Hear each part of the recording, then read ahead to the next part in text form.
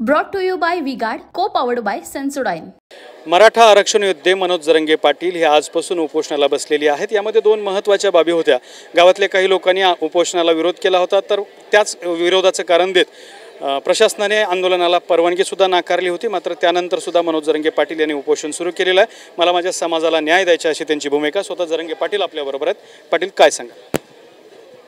मी तर लढणारच आहे ना। बघ, परवानगी असल्या तरी लढणार आहे, नसल्या तरी लढणार आहे। मी कायद्याचा सन्मान करतो तोवर करतो। बार काय ते शक्य आहे? बार शक्य नाही, कारण मला दोन्ही हात बरोबर असले पाहिजे। एका हाताने टाळी वाजत नाही म्हणतात ना, तसं त्यांनी तरी कायद्याचा गैरवापर करायचा आणि मी किती दिवस सन्मान करायचा आहे? मी घटनेला मानतो, मग कायदा चालवणाऱ्यांना नाही मानवीत। जे द्वेषी आहेत मराठ्यांचे ते कायदा गैरच चालविणार ना करायचं काही गरजच नाही।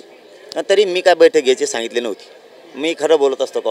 माझा विरोध होता की आपण बैठक नका घेऊ, कारण कुठं काय अंबड पंचायत समितीला तहसीलदारला एका तहसील कार्यालयासमोर एखादा उपोषणाला बसला तर तो का नगर परिषदेची परवानगी घेतो का? दाखवा बरं मला एखादी। देखिए, उनका काम है अफवाह से गर्मी बढ़ाना और हमारा काम है माहौल को ठंडा रखना। हमारा नेता कैसा हो जो माहौल को रखे ठंडा वैसा हो। अब की बात वी-गार्ड एयर कूलर का चमत्कार। जालना कलेक्टर ऑफिस समोर आंदोलन करतात लोक, काय नगर परिषदेचे घेतात का? अधिकार आहे देऊ, त्यांना निवेदन द्यावं लागतं, त्यातून ते मिळतंय। काही केलं कसं जमन म्हणून म्हणलं तुम्ही घेऊ नका। पण गावकऱ्यांनी सह्या घेतल्या होत्या, सह्यावर पुऱ्या गावकऱ्यांच्या सगळ्या जाती धर्माच्या सह्या। आमचं गाव अंतरवली चांगलं आहे, साथ देत आहे। इथं जातीवादाचं काही संबंध नाही। जातीय तेढ निर्माण कोण करतंय हे अंतरवालीच्या सगळ्या जाती धर्माच्या लोकांना माहिती। मी नाही करत। हे आजूबाजूचे 100 इथून 20 किलोमीटरवरच्या गावाला काय ताने ते निवेदन देतोय। देणाऱ्याचे नाव वाचा बरं, याचा अर्थ ते जातीवाद करायला लागले आणि घडून आणणारे पापाचे धनी बनायला लागले। मी लढतो जातीसाठी, मी जाती कोणी इमानदार आहे, जाऊ द्या जाती कोणी इमानदार आहे। पण काय ठराव घेतला मला काहीच माहीत नाही। मी तुम्हाला खरं ते सांगतो, आता तुम्ही सगळ्यांनी सांगितलं म्हणून माहिती आहे। त्यांनी पाठिंबा दिला। मी सगळ्या जाती धर्मातल्या अंतरवालीतल्या सगळ्या जाती धर्माच्या बांधवांचं ज्यांनी पाठबळ दिलं त्यांचं मनापासून धन्यवाद।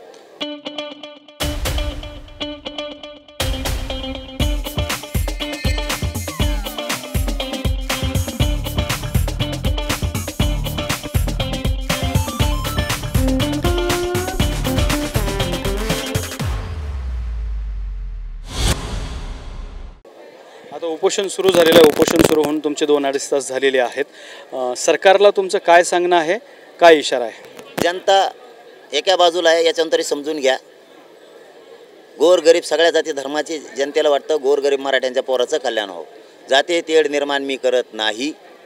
त्यामुळे सरकारनं काड्या न करता उगाच आमच्यात फूट पाडून त्या बिचाऱ्यांना बळीचा बकरा न बनिता गोडी गुलाबीने मार्ग काढायचा प्रयत्न करा। सगळ्या स्वारीच्या अंमलबजावणी देऊन ठरल्याप्रमाणे सगळं करा।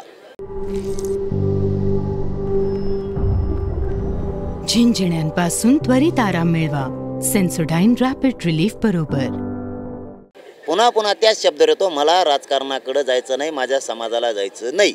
पायावर दगड पाडून घेऊ नका फडणवीस साहेब आणि शिंदे साहेब दोघं पण। माझी विनंती, पायावर दगड पाडून घेऊ नका। राजकारण माझा आणि माझ्या समाजाचा मार्ग नाही।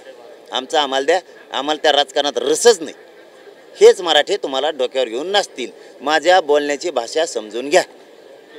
गावागावात जो मराठा समाज आहे, मागच्या वेळी तुमच्या उपोषणासाठी गावागाव त्यांनी उपोषण केले होते, लाक्षणिक आंदोलनं सुद्धा केली होती। त्या सगळ्या समाजाला तुमचं काय सांगणं आहे?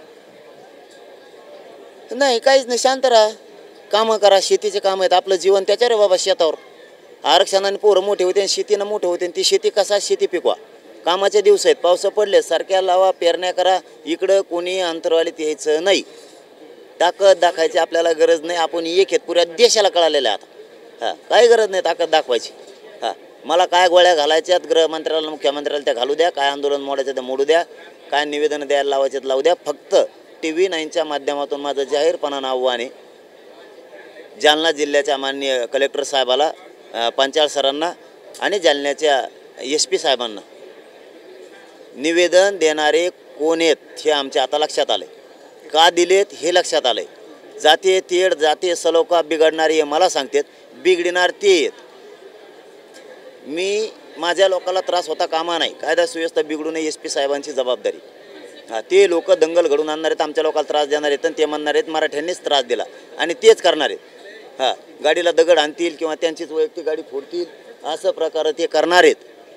त्याच्यामुळं ते निवेदन देणाऱ्यांची जबाबदारी राहणारे. जर जाती तेढ काय निर्माण झाला आणि माझ्या लोकांना जर काय त्रास झाला ते दंगल घडून आणू शकतेत. हो, माझ्या मराठ्यांना त्रास होता कामा नाही. ते गावं बघा कोण आहेत आणि ते लोक पण बघा कोण आहेत. जाती तेढ त्यांना निर्माण करायचा आहे, आम्हाला नाही.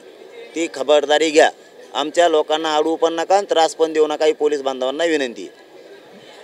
तुम्ही जेव्हा वाशीमध्ये गेला होतात त्यावेळेला तुम्हाला सरकारने एक GR दिलेला आहे. तो GR म्हणजे तुमच्या आंदोलनाला मिळालेलं 90% यश आहे. आता मुद्दा फक्त अंमलबजावणीचा शिल्लक राहिलेला आहे. ज्या सूचना हरकती आलेल्या आहेत त्याची सुनावणी घेणे आणि तो जो GR आहे ती लागू करणे, एवढाच मुद्दा शिल्लक आहे. मग का करत नाहीत हेच मला कळा ना. शिंदे साहेब आणि फडणवीस साहेब, तुम्ही अधिसूचना काढली तर करा अंमलबजावणी. हो द्या, गोरगरिबाच्या लेकराचं कल्याण होईल. हे मराठी तुम्हाला डोक्यावर घेऊन नसते राव. कशाला नाराजी फडणवीस साहेब आणि शिंदे साहेब डोक्यावर घेता. नाराजीचा रोष नका अंगावर घेऊ. बघा, संधी सोडू नका.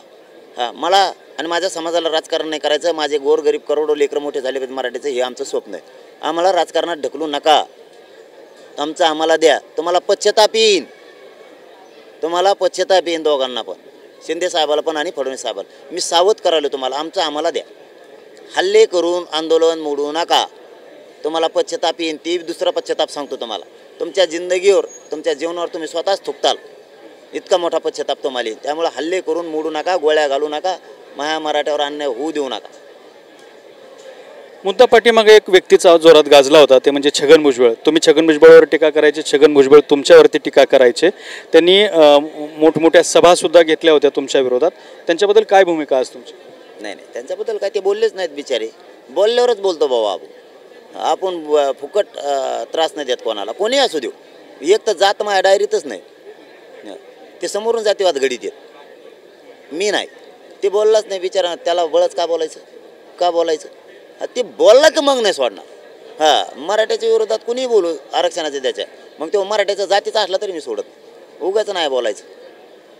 या आरक्षणाच्या लढाईमुळं एकनाथ शिंदे आणि देवेंद्र फडणवीस या दोघांच्याही पक्षाचं लोकसभा निवडणुकीत मोठं नुकसान झालेलं आहे. तुम्ही म्हणता विधानसभेलाही मी लढवणार, मग त्यावेळेला आणखी नुकसान होऊ शकतं, काय सांगाल? मला काय करायचं आहे, नुकसान झालं का नाही झालं काय? मी म्हणलो का पाडा कोणाला? नाही म्हणलो. माझा काय संबंध आहे? मी पाडा म्हणलो नाही कोणाला, अजिबात म्हणणार बी नाही. मग आता नाही दिल्यावर विधानसभेला उभारणार आहोत, काय करावं? काय चूक आहे मग आमची? मी सावध करायला म्हणतो ना. उपोषणाला बसल्यावर रक्त जाळी जातं. एवढे मोठे लाट असल्यावर माणूस सत्तेतच जाईल ना. कशाला कुठं नाही करीन हे असले उपोषणाला बसायचे. मला नाही जायचं राजकारणात, माझ्या समाजाला नाही जायचं म्हणून तो उपोषणाला बसलो. समजून घ्या ना भावना. तुम्ही आमचं आरक्षण द्या, आमचा विषय संपला. तुम्ही ताण मग सत्य, मग आता विधानसभेला लढावं नाही तर काय करावं? मग काय चूक आहे? मग मी त्यांच्या आमदाराला सांगतो, भाजपच्या, शिवसेनेच्या, राष्ट्रवादी काँग्रेस सगळ्यांच्या, की जेवून बसा तिथं. मला काय बोलता? मी असं करतो तसं करतो. तुम्ही तिथं जाऊन सांगा, हे ठरलेलं देऊन टाका यांचं.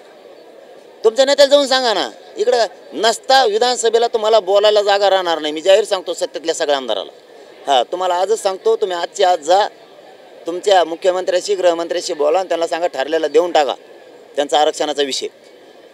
तुम्ही जर नाही गेले तर विधानसभेला मराठे तुम्हाला बोलून देणार नाहीत. ते सांगते तुम्हाला जा म्हणलो होतो, तुम्ही गेला नाहीत. आता काय बडबड करताय? तुमच्या पायावर स्वतः तुम्ही धोंडा पाडून घेऊ नका. तर हे होते मनोज जरंगे यांनी स्पष्ट केलेलं आहे की विधानसभेआधी सरकारने जागा व्हावं आणि आमच्या ज्या मागण्या आहेत त्या पूर्ण कराव्यात. कॅमेरामन अमित आडेसोबत Datta Kanawate, TV9 Marathi, Antarwali, Sarati. Brought to you by Vguard, co powered bye Sensodyne.